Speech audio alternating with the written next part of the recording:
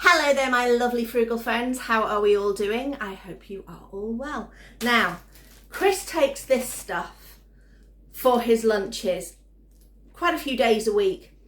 It, at the moment, is about £2.50, £2.60 in the shops. I do try and buy it when it's on offer, but I've not seen offers since about January, possibly February. I think because we had Veganuary, they put some really good offers in for that month, and I got some at the beginning of January, and then at the end of January I bought as many as I thought we could use with the use by date on them. But now they're just so expensive, so I'm doing alternative sandwich fillings to try and find something else to use.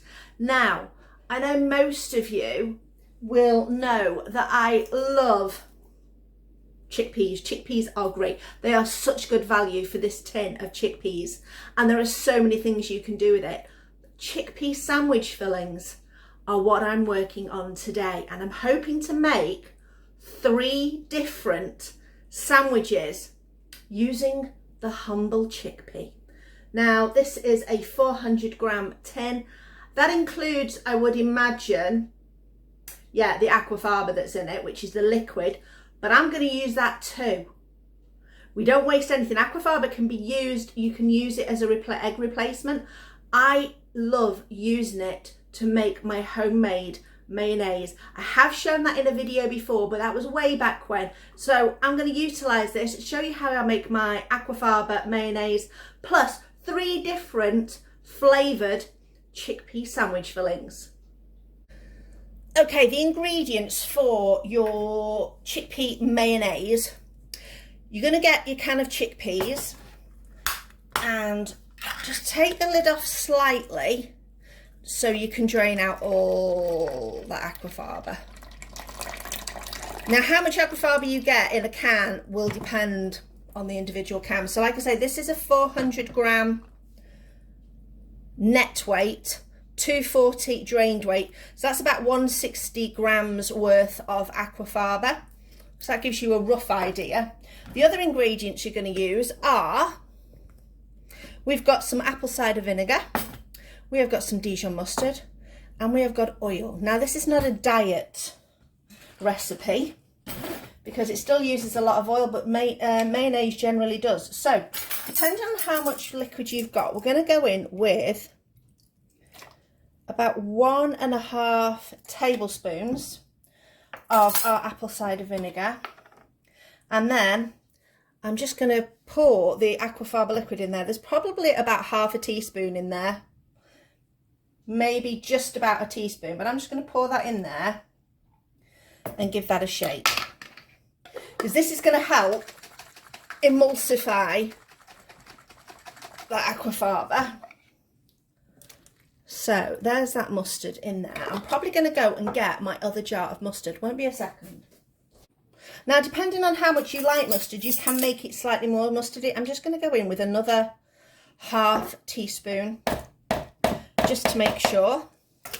Like I say, you can make it into a mustard mayonnaise if you like the strength of mustard, but generally you don't want it too mustardy flavoured. So the next thing I'm going to do is I'm going to get my stick blender and plug it in and turn it on, which is always useful. Give that a good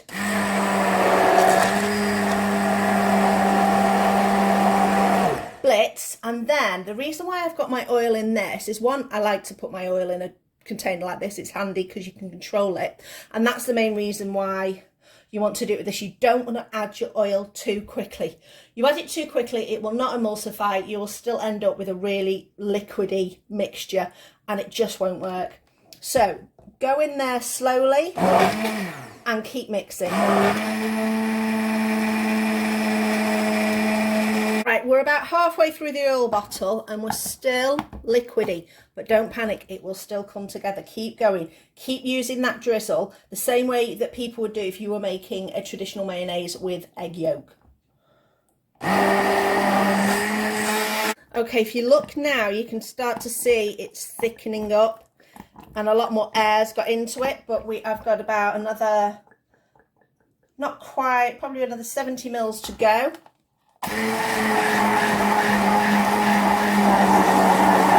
So we've got quite a thick mayonnaise going on here. If you want it thicker, add more oil. The oil I used was just a neutral. If you wanted to use something like an olive oil, obviously it would work the same way, but it would just change the flavour. I'm going to go in just with a little bit more and just to thicken it up ever so slightly.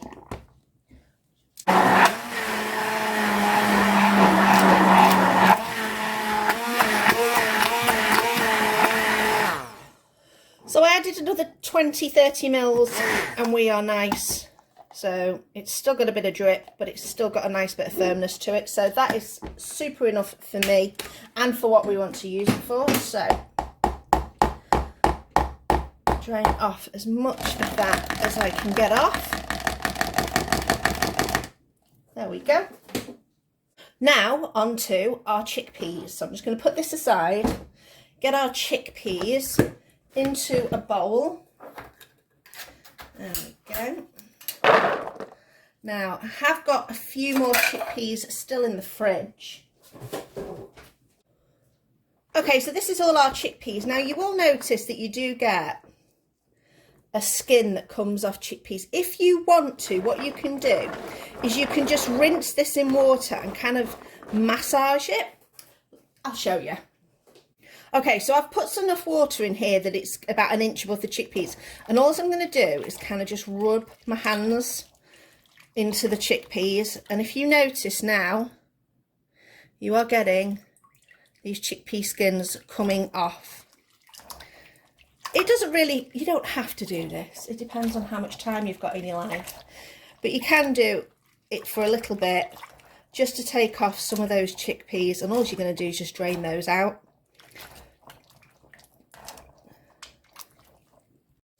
Now, if you wanted to get every single skin off, you could literally sit there and cook every chickpea, but nobody's got that sort of time. We're going to get a masher next. We're going to mash up these chickpeas until you've got the majority of them into a mush state. Doesn't matter if some of them stay. Hello, Tilly. Sorry, Tilly's come in to say hello and make noise. So we will just carry on. She will want some food. It is fine. Here we go. Just keep mashing until they are the texture that you want them to be. I kind of like half mashed, half not. And plus, if you've got them mashed, it just makes it easier to spread on a sandwich. So here we go. Keep going till they are, like I say, at the consistency you want them at. And that will pretty much do for me. I'm going to start with our tuna one. So we started off with a bit of sweet corn in the bottom of there. I'm going to add some of our chickpeas. There we go. That's about a third of what we're using. Then I've got this. This is nori seaweed. You can get this at most supermarkets. It's really, really good. I store it in this bag because then you can create a better seal and it'll keep it nice and fresh. It lasts for ages with it being dried. And all I'm going to do is just rip off a strip of that. No more than probably 10 centimetres by 5 centimetres. That's enough. I'm just going to roll it up and then squish it all up. And then all as I do is just chop that very slightly, so really fine shreds into there, and that's going to create that very slightly, it's not really a fishy flavour, but it just gives it that sense of the sea, and it seems to work really, really well. So chop all that up. You don't really want great big chunks of it. There we go. Give that a mix. And then we're just going to put in some of the mayonnaise that we've made. So I'm starting off with a tablespoon, but it depends on how creamy you want it, how thick you want it, or how thin you want it. You want it so it's quite easy to spread around on a sandwich. Right, so there you go. That's the first one. That's the tuna. The next one we're going to do is the coronation chickpea. This is lovely. It's quite simple. You just put in some curry powder, make it as curryish as you like, add in a little bit of mango chutney, which is going to create a little bit of sweetness. Again, as much as you like, and then just finish it off with some of our mayo. There we go. Give that a mix up. Now you can, if you like, put sultanas in this. I'm not a big fan of sultanas in it, but it does work just as well. So there we go. That is the coronation chickpea one. Pop a lid on that. And finally, we have got our sort of barbecue-y buffalo sauce type one. So ketchup and a little bit of mustard, not too much, just over half a teaspoon, and a little bit of hot sauce, not too much because this is Chris and we know he doesn't like his hot sauce too much, so just a few drops of that just to give it a little bit of a kick. Mix that through.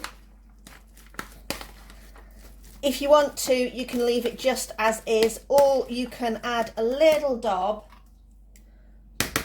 of the mayo to it just to thin it down without adding too much more ketchup. And that also, if you've gone a bit too hot with the hot sauce, we'll just take it down a notch if needed. Another fork in the sink. All the forks in the sink. Okay, so lid on that. Wrong lid. Find the right lid. There we go. I keep all my plastic containers just underneath there. So there we go. We've got our 3 chickpea flavoured sandwich fillings. So there we go. 3 pretty simple chickpea sandwich recipes that we're going to use over this next week for Chris's sandwiches, and I might sneak a bit on my sandwiches at lunchtime too, depending on what I'm having, or even, and I have tried this before, it's quite nice on toasted bread as well. Let me know in the comments what you think. Do you have any other alternative sandwich recipes that I could try that are straying away from, you know, that vegan meat that Chris keeps eating and that costs a bomb? I'm hoping at some point to try and make my own vegan deli meat. I've had a look at some recipes. I've just got to hunt down some Vital wheat gluten. Apparently Holland and Barrett used to sell it but haven't had it in for a while, so I need to find some of that and we'll see if that works out. So let me know in the comments. Thank you for watching. Please do the liking and subscribing if you haven't before. Really appreciate it. It does that YouTube algorithm great, and hopefully we can start getting some more recommended YouTube videos out there. Thanks for watching, and I'll see you next time.